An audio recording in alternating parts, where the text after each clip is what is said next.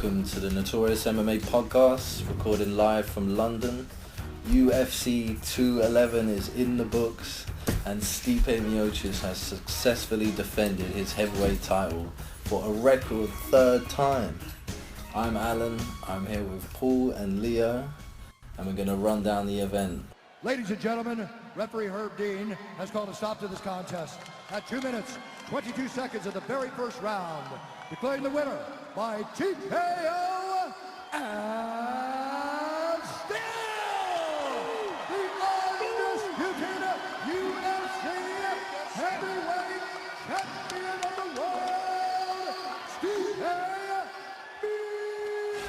I love you. Happy Mother's Day. You're the best mother ever.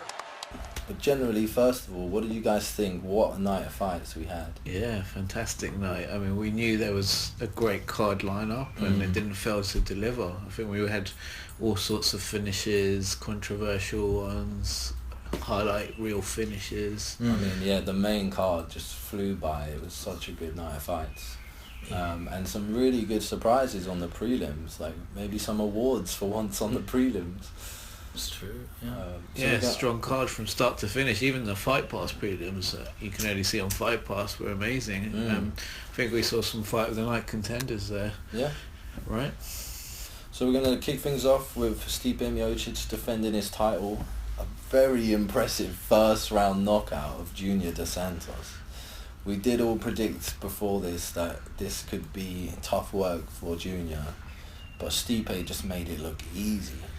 Yeah. I mean, he came in there and he was just, from the get-go, just throwing straight shots and swarming him. The commentators, Joe Rogan, was likening it to Cain Velasquez levels of performance, and now obviously that's the fight that we're all gauging to see. But what did you guys think of the fight and the finish? Yeah, I thought it was nuts. I mean, Stipe did what Cain Velasquez couldn't really to Junior Dos Santos, didn't he? He knocked him out in the first round. Yeah.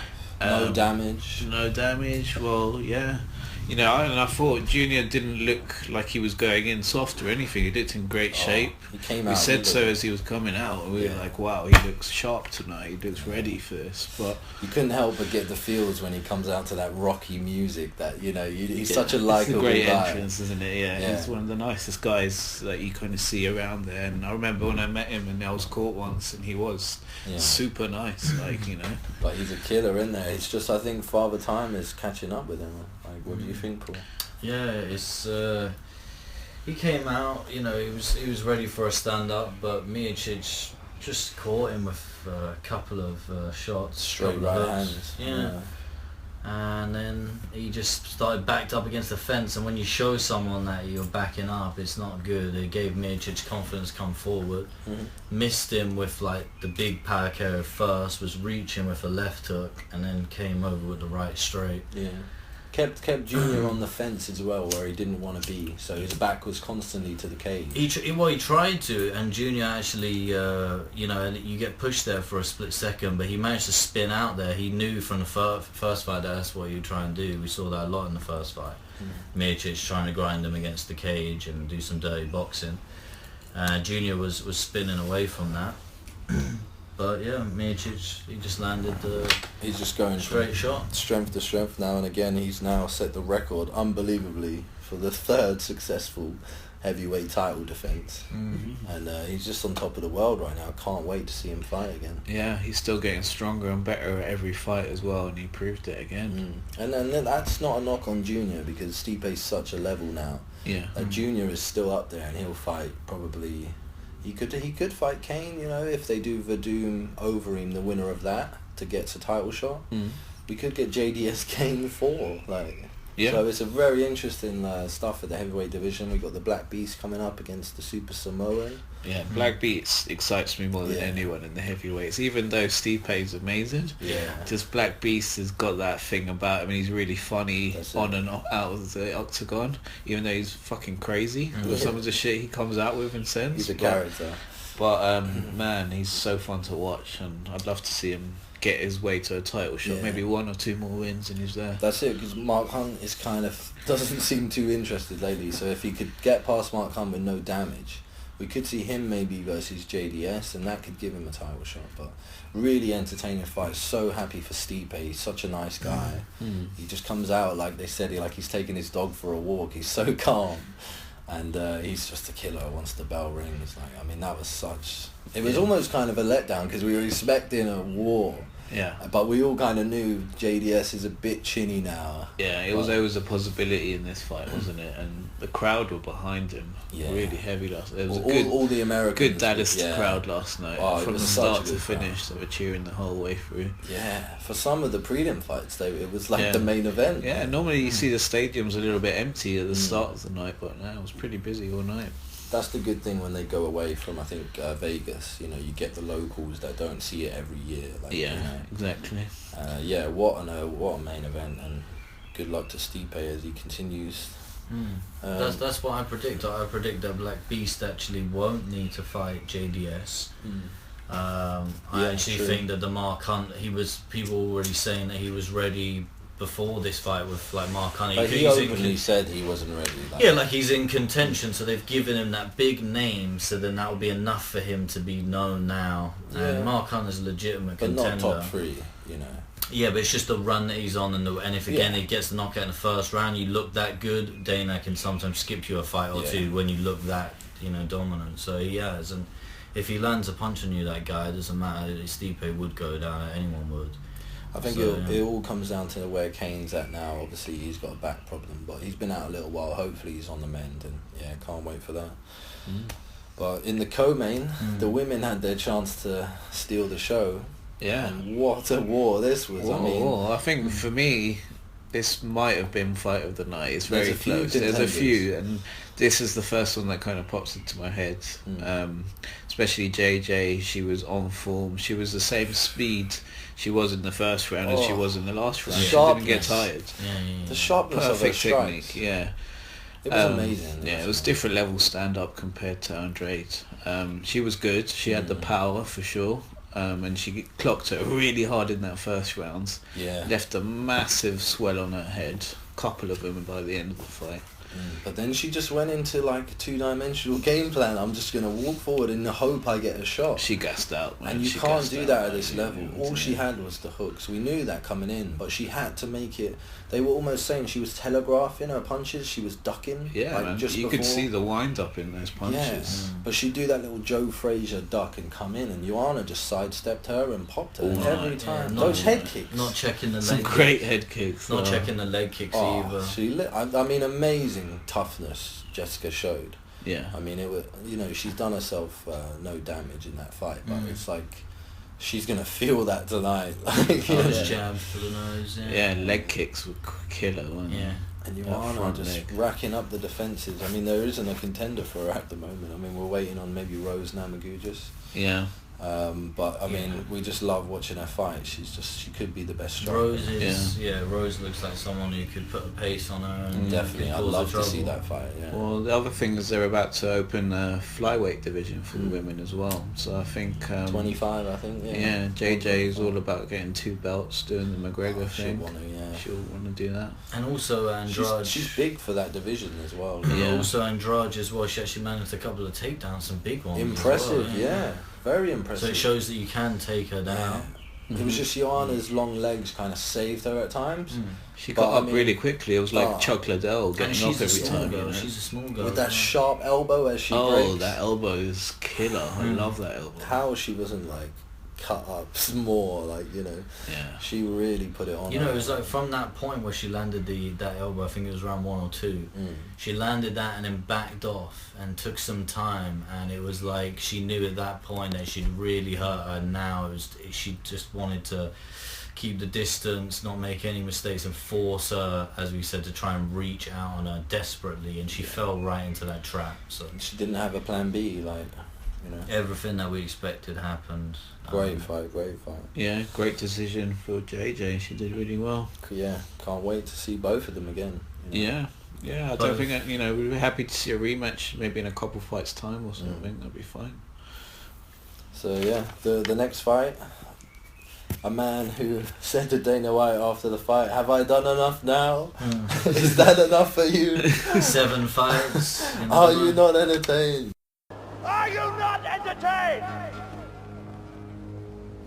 Is this not why you were here?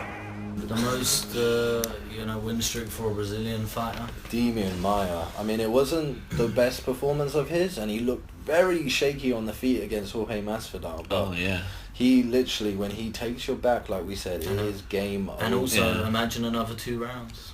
Exactly. You got all that time, and he will find a time where you make one mistake. He will, but on the feet, he will look dodgy. I've been impressed with his stand-up in recent fights, but he did not like... Obviously, Masvidal was pumping the leg. And body kicks as well. The head kicks. Even when he blocked it, he felt like he was going to go down. Yeah, he did. Yeah. It was a really fun, stylistic matchup, like we said, the striker against the ground. And it did seem a little bit desperate, that lunge for the takedown at times. It's just straight in. And Masvidal was ready for it. He had to, but that's all he had. He could not take the stand-up. But in the end, he was forced to even give up his position, and he would take it to the ground, grab the single leg and switch it over. Like, you know, it's incredible jiu-jitsu. He's got good flexibility. He is just sitting down position. I'm sure he does yoga. Definitely. Just weighing down on Masvidal for 3 rounds. How good was Masvidal's defense, man? He impressed even me. in the first round, he had Maia on his back for at least 3 minutes. Yeah, and he defended Damian Maia, the best that classic jiu-jitsu body guy. knock as well. It was amazing. Again, this is everything that we prepared for. Again, and it wasn't a like surprise. In a 5-round fight, maybe Masvidal would have caught him because he was getting tired, Maia. You know, and a lot of people saying that this decision could have, it went either way, or it could have been a very draw, close. So. We were struggling to decide. It was hard to say because we were in that condition where Maia had always dominated the grappling on the ground, but he was getting outdone completely on the feet. He was for getting half hit. a round. He couldn't fight, do anything, and there was the argument that he got more damage on him, but the other guy controlled it more. I mean, the commentators seem to think that that Masvidal did the most damage, which I think he did. Yeah. But it's just the domination on the ground, the good positions that Maia got, and it came down 29-28. One judge gave it. I think a lot of us thought these Texas judges would have preferred a stand-up more than a grappling thing on the floor, right? Exactly. That shows referees were quite well educated in MMA. They were good at it. So yeah, great fight, and now he gets his title shot against Woodley. So can't wait for that. Yeah.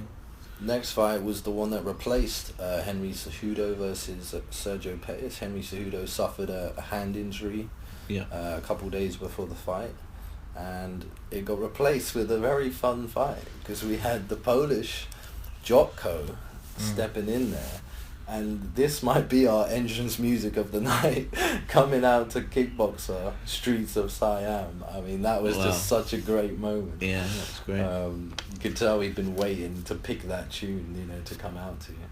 And unfortunately, he didn't get the win. He had a tough decision loss, and but that was a very entertaining fight for the main card, considering we lost the fight. So that was just hilarious. But next fight, Frankie baby. Ain't no telling where I may be. May see me in DC at Howard Homecoming with my man Capone drumming fucking something. You should know my stilo. Went from 10 G's for blow to 30 G's a show to orgies with O's I never seen before. So, Jesus, get off the Notorious. Mean us before I squeeze and bust. If the beef between us, we can settle it with the chrome and metal shit. I make it hot like a kettle. Frankie Edgar, I mean, coming up against the hotly tipped Yair Rodriguez. Wow. I mean, Frankie really stepped up and showed. That was a shocker. He really outclassed him. He showed his class again. He did. He showed him at a different level to Yair. Yair got bust up. How bad was his eye? I know. I mean, we were saying he was telling the doctor he could see, but I mean, you can't let a guy fight when he looks like that. He's clearly impaired his vision. Yeah, you gotta think about fighter's safety there. And Frankie, it's not as if he was doing anything anyway. Frankie was almost grateful it ended because he just didn't really want to put more of a beating on him. He felt bad, I think. Yeah. We thought we might see more, obviously, in the stand-up exchanges, even from Frankie, but Frankie let him come, and the time was there to shoot for the takedown, and obviously he's not going to say no to it. And even Frankie's striking got the better, I thought. His punches. He found those angles, didn't he? He kind of closed it in on him. He was a bit faster, maybe. We expected Yaya to use that range, but he just didn't get going with those kicks. He got hit early as well, and that was stopped him. He tried a few kicks, and they definitely took Frankie's attention, and he respected him for it. And I think that is the reason why he ended up playing that the takedown style. And at the start of round 2, when Rodriguez comes in and Frankie just dives in for that double leg.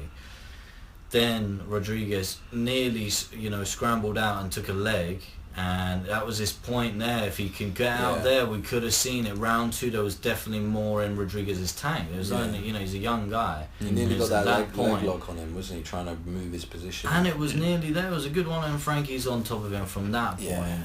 Frankie's so controlling in the round. Like his wrestling really came into it then. Yeah, definitely had like the heart and the endurance to keep going, but he just didn't have the experience to know what was hitting him. He was comfortable in the full guard, but he didn't, as DC and Joe Rogan were saying on the night as well, he wasn't attempting to shuffle out of that and try and escape through the side, push off the hips. He wasn't trying, he was just staying there comfortable, not really taking too much, but the little elbows in the end, they do pay off, and they will bust up your eye eventually. It doesn't take a lot of effort, and in the end, that's exactly what happened. Yeah, it's a shame to see a stoppage, but it needed to happen. Really. As it was going that way anyway. As Frankie said though, don't worry, this guy is like a superstar. He'll be back. He just needs to learn from this, and then it happens to the best of people. Everyone can get. This is the one game plan. People worried about Rodriguez, and it happened tonight, but we can see with his attempts to do those kicks that they worry everyone, and they will make people shoot on him, and he has to just stuff those and get the fight back to the feet, and we will see him back. And he'll switch it up now and improve. He'll get someone good again in his next fight. Sometimes. Everyone needs that loss to come back stronger, right? Yeah. We'll see him against someone good, I'm sure, as well. So. In the featherweight division. Definitely. I mean, and Frankie now will probably get a title shot against Holloway or Aldo. Possibly, so, he's Dana always reluctant to give Frankie that rematch for the belt. He must have had the most title fights ever. Yeah. But, you can't deny the answer. Frankie, baby. Yeah, we'll see what happens, hopefully. So, next fight was the main event of the prelims, and we were in for a treat here, but unfortunately the fight got cut short.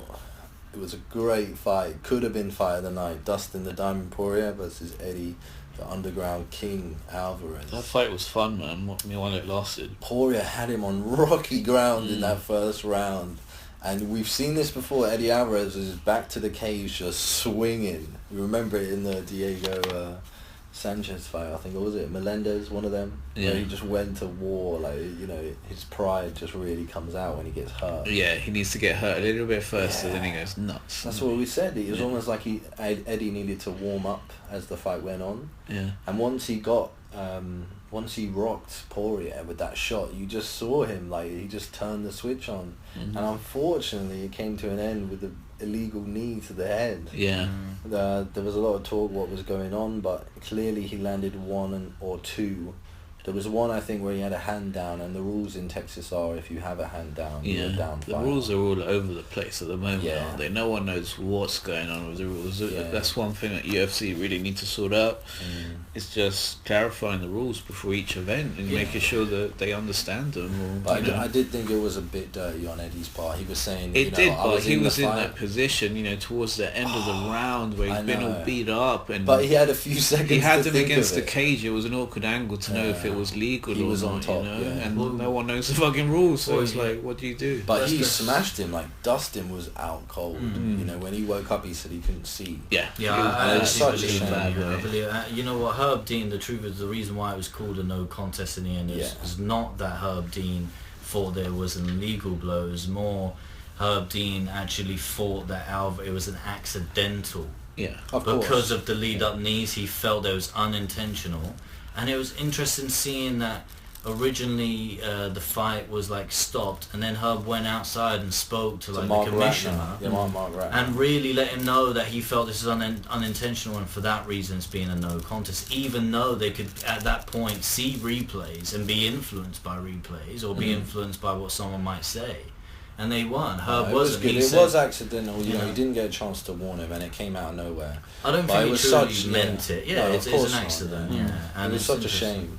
Well, it was a great fight while it lasted, and like they said, they're going to run it back and do it Yeah. again. Yeah, That's such fine. a That's the rare best- scenario that. Yeah, for how close that was, I have to admit, as we said, Alvarez was the one at that point probably was going to finish him. If he just backed off and started landing strikes, he probably would have finished the fight. He could have backed off and But punched him. in the best case, because they both had each other hurt, let's do it again. It's good to do it twice and be totally sure. And if we see the same thing, Poirier do well, and Alvarez come back and end the fight strong and win the fight, then we'll know that that was not just a fluke. Or we, you know, that's the way it goes, man. They're going to do it again. Yeah, can't wait. Mm-hmm. And well, one of the fights I wanted to talk about from the prelims, another fight of the night candidate, Coulter versus Sherman Oh yeah. in the heavyweight division. Yeah. And boy, he got lit up with those leg kicks. I think it was Coulter. Yeah. And at the end of that first round, he could barely walk. His corner said to him, you know, don't be using that leg as an excuse. You Yeah. better get out there and fight. And He he come came forward. back. He Come came forward. well, Stop yeah. letting him hit your leg. That come was one of forward. those horrible scenarios where it's hard to watch, you know, and you're like, oh, yeah. a lot of people were saying, oh, stop the fight because he can't stand up. Like, But the you know. boy had so much heart. He came back and then rocked Sherman himself to the point where at the end, Sherman was actually a little bit more rocked than him in the head. Yeah, It was just the leg kicks really taking his toll, and there was a bit of fatigue on both sides. yeah, he was punching himself out and then he got hit. Then he And backed that's- up against the cage and he let Sherman just line up with all of his power and all of his energy, because he didn't have a lot left. He literally put it into this one shot, that elbow, and of course it's going to down you when you're that big and you land an elbow on the temple. Oh, right on the fence. I mean, he had nowhere to go. I He mean, definitely should have kept his hands up and just moved his head, and I don't think we he would was have on his seen a last knockout legs. there. He was on his last legs. So was the other guy, really. He was, yeah. tired as He well, was so. knackered and he took some shots. Like, what a fight that was. Sherman, yeah. Great fight. Yeah, brilliant. Notorious.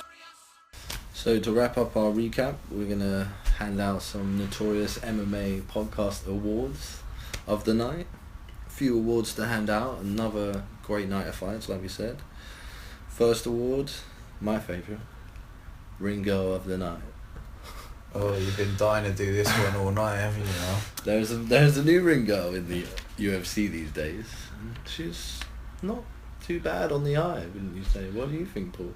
I think you've got to be to get the job, but sometimes it's, you know, you can't just be a pretty face, as they say, you know. So she's got to be the total package. She's got to have a head on her shoulders. yeah. And, no, my favourite Ringo is it's the one and only Vanessa Hansen, as Vanessa. always. Paul not changing. Never changed for me, no. You don't like a bit of hot chocolate in the morning? Just not taking it over Vanessa. Well, yeah. I think the new one was pretty interesting. So she's my one. I think one thing we definitely agreed last night is this new girl. She has the best boobs out of all these ring girls. The best boobs in Octagon history. Definitely. Possibly, yeah. Well, they all have. Well, you know, they're all a bit. What do you call? They're all a bit silicone. Let's just say. Silicone, yeah. Well, we're still figuring this one out. So. But very easy on the eye. So that's 2-1. And those UFC bras are a little bit tight, so you never know. It could be Gorgeous. But next award, we'll go with KO of the night. Anyone KO of the night? For me, probably Stipe. Mm. But then Executioner had a great knockout as Oh, well. James Vick. Vick. Mm-hmm. I mean, he really put himself on the map with that performance. Yeah. You know, he was saying afterwards, you know, they're not promoting me. Like, I'm on, what is it, 7-1 he's on now? That's it, He's yeah. definitely the one to watch. Quietly. Guys, up and coming fighters. Yeah. Isn't he? I'm not sure if he's actually done that where he's jumped on the mic and said something like that. And it shows that these days you have to do it early. I don't think he's had a chance because I think he's been on the prelims just. But he was saying that everyone keeps avoiding him and he keeps having to take an extra fight and he wants to get top 15 fighters and he can't even get it. That Top was 15, yeah. but yeah. It was a lovely right hand. Well, what about you, Paul? My KO would have to be Sherman against Coulter. Yeah, the elbow. That elbow was really good. It was like a forearm from Yeah. hell. Like, It was great. Yeah. yeah. He put his whole body into it. It was perfect technique. So yeah. I'd love to go with that lovely knee from Eddie Alvarez, but I'm gonna go for Stipe because it's just so impressive to put JDS away that quick. It is. But again, such a good night of fights. We've all got a different KO of the night. Like, Yeah. so good stuff. Yeah. So next one, fight of the night. Lots of contenders here. Lots. Yeah. I think. Well, I already kind of mentioned mine earlier, but I'd have to go for JJ and Andrade. I think I enjoyed that one the most. Really, 5 rounds. It was just so skillful. My best display of stand up in there. So yeah, I'll go with JJ. Yeah, and you know, Andrade was always in the fight, pushing to the last minute like the Terminator. Yeah. do. That's so we can put that in.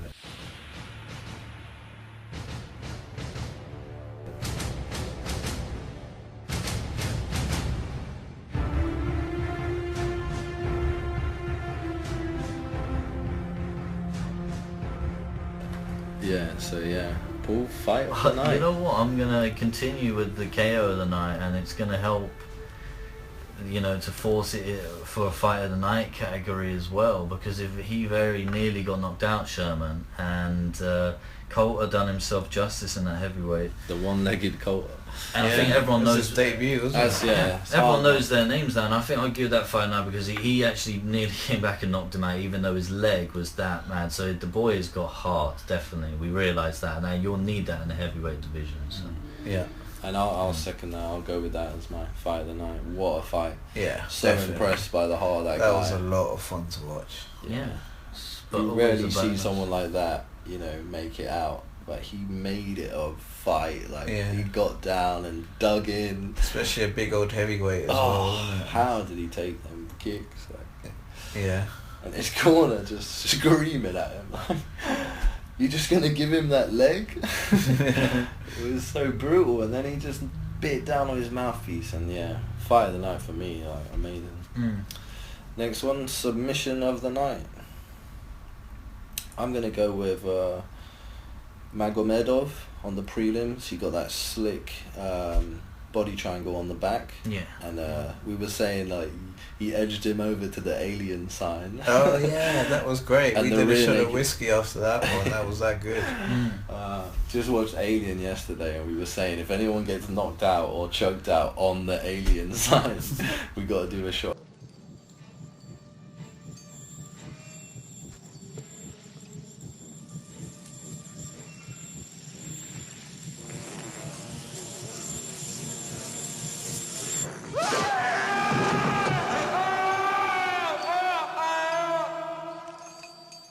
Man, that rear naked choke was beautiful. Like, Yeah. he had to work for it as well. So Yeah, I'll second that one. I as believe well. that was the only submission of the night. I believe. Yeah. So I mean, it has to go to that one. yeah, but take nothing away. It was impressive, and he's put himself on the map now. Now a few fun awards, boys. We're gonna go for entrance music of the night, which is always a hot category when Frankie Edgar's on the card. Yeah, and Stipe on the card as well. Stipe as well, yeah. Came out to Machine Gun Kelly, I think. Oh no, sorry, Junior DeSantos. And Junior coming out to Rocky. that's Yeah, what I that meant, was, yeah. like I said, I just got chills. That'd like- always be a classic. wouldn't Yeah, it? but for me, like I said earlier, was the moment, the music and the moment of the night for me. Streets of Siam, Jotko coming out and us just singing along. That was fucking hilarious. Alright, what about you guys? Yeah, that was. I would pick the same because that's one of my favourite childhood movies. Watching kickboxers, so yeah, Streets of Siam. We've been waiting for it for a while. Hilarious. Same way I'm waiting for Rocky to be played a little bit more by some people. But yeah, I was waiting for Streets of Siam and other songs off the Kickboxer soundtrack, definitely. Yeah. That probably was the one. I mean, I got to give a shout out to Damien Meyer as well. Linkin Park. Linkin Park, that was pretty Yeah, sweet I as forgot well. about that one. Yeah. That did kind of stand out. It was just good timing and fitted the crowd. But yeah, I think you guys are right. Kickboxers theme tune is just amazing. And when Junior comes out for the main event and he starts it with Rocky.